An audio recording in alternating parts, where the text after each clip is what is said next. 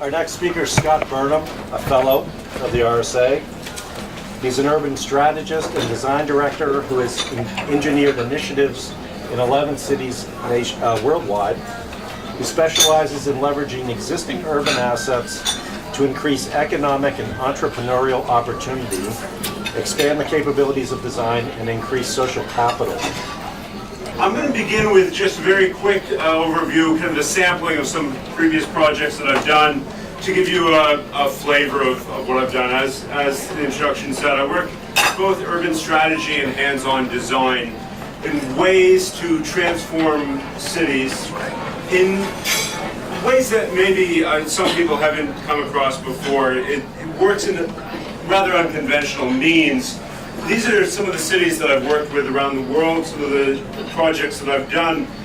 It's difficult to quantify what I do, but the University College London did a study of my work recently, and I like this description, that Burnham transforms existing infrastructures into sites where people can experiment with new technologies, experience new ways of imagining the city, and generate new social relations that alter the urban lexicon.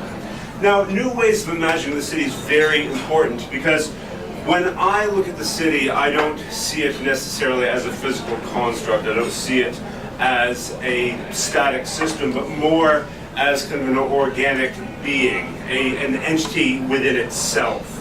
And when I approach cities, regardless whether it's Hong Kong or Venice or London or Boston, I kind of set about to design with the city and not for it. Now that is a very important distinction, because it is about working with the dynamics of the city, with the existing assets, and also with the people themselves. Some of the projects that I'm well known for, such as Urban Play in Amsterdam, this project, nothing was actually created by designers at all. It was merely the beginning of the process, and the public was then took over as the creative force. This being a sculpture which was created by anyone who wanted to walk by and be part of the process of creating the public sculpture. This being GPS-tracked greenery in the city, where people could go and just leave greenery wherever they wanted it in the city, and then that is tracked and the information fed back into the city. And this being a programmable bench that you can send MP3s to, so the bench plays your music for you. And in the corner there you see a little installation done, because one of the great benefits of working with the city is you come across spaces like this, just a normal courtyard. But as any designer knows, all you need is a grid system to scale up a design. And this, particularly Dutch public squares, happen to be perfect grids. And so you create a design and you need nothing more than a few pennies. Well, actually 250,000 pennies, but pennies nonetheless. And each person, 150 different people who come by, get a tray of pennies and a design for one grid, one piece. And another person gets some coins and just focuses just on that grid. And it's kind of a parable for how cities themselves are created, because we're all doing our own thing, but at the same time we're just occupying our grid. But collectively, it becomes something quite exceptional. So this is the power of people creating based upon an open design suggestion. Now in Porto, Portugal, I took a different attitude. The city asked me to come in and design these 5 locations. And I said, no, that's not really what I do. If you want to ask people what they want in those areas, then we can work together to create something. And why not begin working with the existing structures of the city? Why not have something as commonplace as a bus stop be quite an exceptional piece of the experience of the city, to be an exceptional part of experiencing the city? Now, the progression of this comes when I then later went to Jesolo, which is in Greater Venice, Italy. Venice is just on the horizon here, and this is Jesolo. Jesolo is an exceptional city, and they wanted something done to it, and they said, we'd like you to come in and do a design strategy for the city. I said, well, I like that, but again, I work in very different ways. They said, well, there's one footnote. They said, we don't have a whole lot of money to spend on new designs. And I said, that's fine, because as a city, all you really need is what you already have right there. I went to the warehouse with a team of designers from Central St. Martin's in London and some local designers in Italy, and began looking at the existing stock of the city, and began working with the municipal work crews to use the skills that already exist in the city, and combining with both the ready available material of the city and the skills of the city, you're able to begin transforming areas into musical playgrounds, tuned pipes that people can walk around and bang and play a tune as they go about their day. Something as simple and as commonplace as a traffic light. Right now, and I know this for a fact because I visited it, there's a warehouse in Roxbury that is full of these. This is in Italy. There's one here in South Boston. They're in every single major city in the world, normally destroyed and recycled and done away with. But what if you looked at this and worked with, again, the municipal work crews and began thinking, well, what if we kind of took some street lights and worked with this guy, Boston has one, every city has one, that knows everything there is to know about how street lights work. And you kind of got him thinking very differently. I thought, well, what if we kind of begin hooking up an Arduino controller to traffic lights, and we reprogram them, and we play around with them a little bit. This common piece, which exists almost on every street corner in every major city, there's no reason that you can't rescue this from the warehouse of the city before it's recycled and thrown away, and turn it into, let's say, a giant tic-tac-toe board for the city to play with. So now, as people are just walking around the city, this object of urban control is now an object of urban play. And this equation begins to take place, that you have the spaces of the city, and you have the raw material that exists in the city, and exceptional things. I haven't shown you half of the projects in this, just moving through it quickly. These exceptional moments can take place using nothing more than the existing material that exists in the warehouse of the city. Now we're going to shift gears a little bit, because that was kind of the fun work, the playful work, which I love dearly and I do a lot of, and it means a lot to me and it means a lot to people in the city. But when I was in Hong Kong working, I had a real just change of perspective. Because Hong Kong, as anyone who's ever been there, you will know, is an incredibly dense, incredibly intense city, and I love it. I mean, it is like being inside a video game. It is wonderful. But it changes the way you think about it. And suddenly, you need a great amount of efficiency in the city. You need things that do functions on a number of different levels. You need staircases that aren't just staircases, but staircases that can also be a mini public park. This, by the Edge Design Institute in Hong Kong, called the Cascade, a plug-in urban park which transforms an existing staircase into a functional staircase and a park in the city.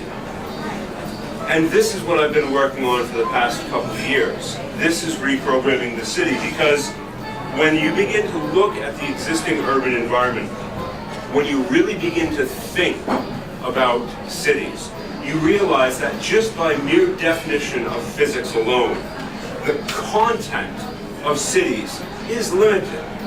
Whether it be natural resources or finance or space or material, our content of cities is limited.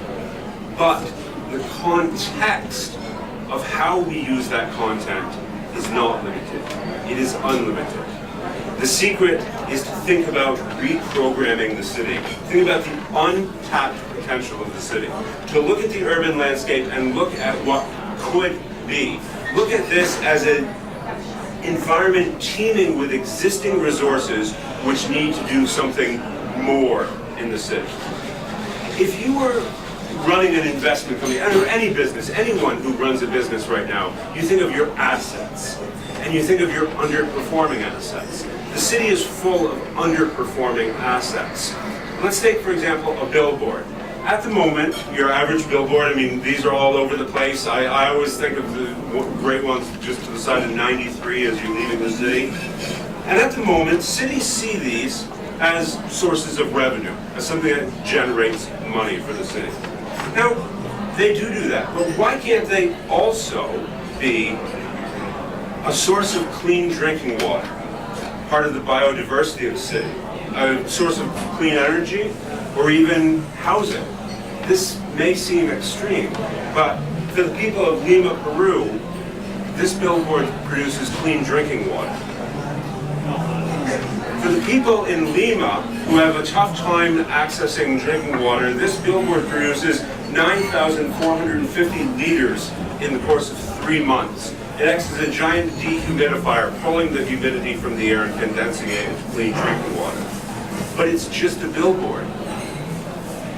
In Los Angeles, Urban Air, creating a natural air scrubber for the freeways underneath.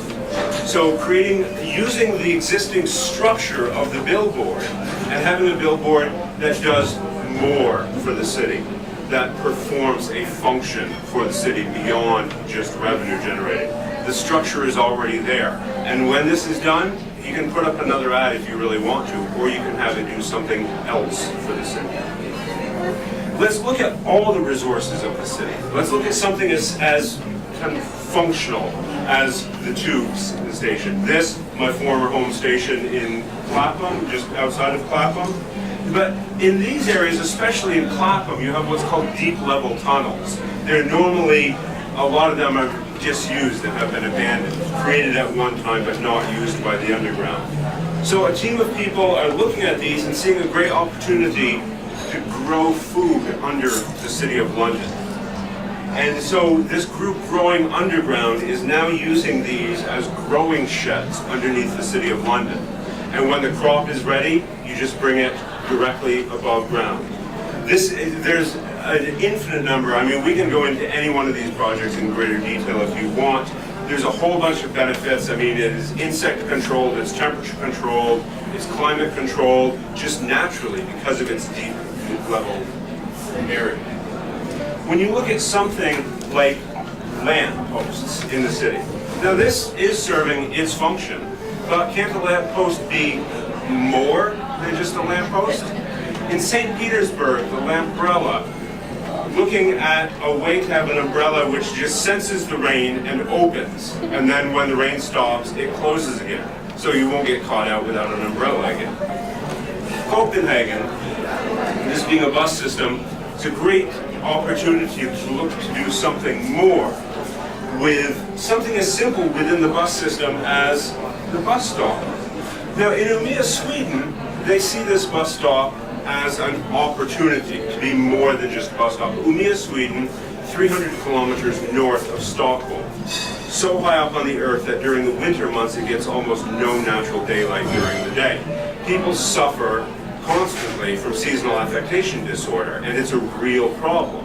So why not use the bus stops as light therapy stations? In Umeå, Sweden, they've converted these bus stops into having these lamps so that while people are waiting for the bus, all you have to do is turn and face the light for a few minutes, and you get the good sun rays that you're missing out. You're getting that dose of light. But all you're doing is just waiting for the bus. The bus stop is still a bus stop, but it's also a light therapy tube. Everything we've seen are just a handful of dozens and dozens of examples which have gone into two big bodies of work. The first one was an early version. Did anyone see this at the Boston Society of Architects Gallery, the BSA space? This was reprogramming the city last year. It launched in Boston.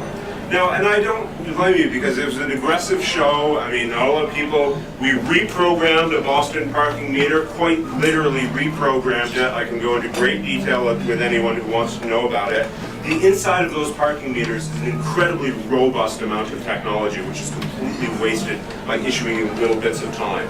We reprogrammed a lot of structures of the city, and then someone from the Danish Architecture Center was in town and saw it and contacted me and said, "We like it, let's go big." So I've just returned from Copenhagen, where reprogramming the city was launched in Copenhagen, Denmark, in kind of the bus size. Taking actual bus stops and reworking them to have them do new functions. Taking benches from Paris and reprogramming them to do different things. Working with actual urban structures as a huge laboratory to look at what else can the structures of the city do. And this is the slide that I'm going to close on with just a couple leading ones, because as I said just a few days ago in Copenhagen, reprogramming the city is not the end of a process. In the same way that I look at all the structures and all the existing assets in the city, and I don't see the end of a previous process, I see the beginning of another one. And I'd like to leave you all with this. I want you to think about what you've seen, just a tiny, we were talking maybe 2% of the body of work. And when you go out into the streets after this, I want you to ask yourself two questions. Whether you are in design or architecture or not, just allow yourself to walk down the street and think, what else could this thing do? This thing in front of me, this bus stop, this street light, this bench, this parking meter, what else could it do? And what if we did things differently in this city? What if we asked every single structure in the city to do one more thing than it is designed for? What if we took a resourceful approach to what we have in the city and asked it to do more? To do more with what we already have. Thank you very much.